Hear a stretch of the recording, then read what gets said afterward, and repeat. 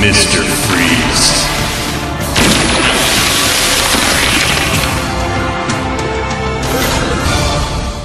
Some characters are, there's not a lot there to work with in their original state. In the comics, with Mr. Freeze, we had a kind of a cool name and a guy in a walking refrigerator.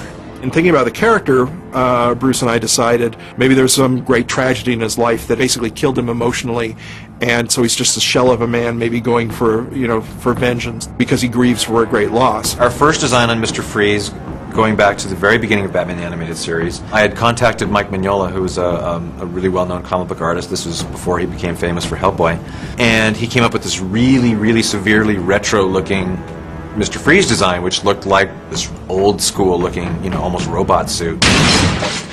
We did a revamp. We wanted to tweak him a bit. Sub-Zero had been done, and essentially sort of took away his motivation by curing his wife. So we kind of decided to cut off his head and make him a robot.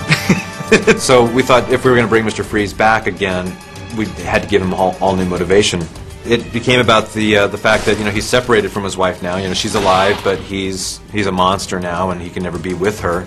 So it became all about him just hating everybody and hating everything and destroying everything that everybody loves, so they can feel the same amount of pain that he feels. I thought this was all good stuff. This was all good story material. So, and of course, we had to go back and redesign his costume again. And it's still kind of retro, but it's a little bit slicker, like we did with a lot of the revamped characters. We put a lot more black on it. We're sensitive to him because he had love, he had emotion, he had all these feelings, and they were taken from him.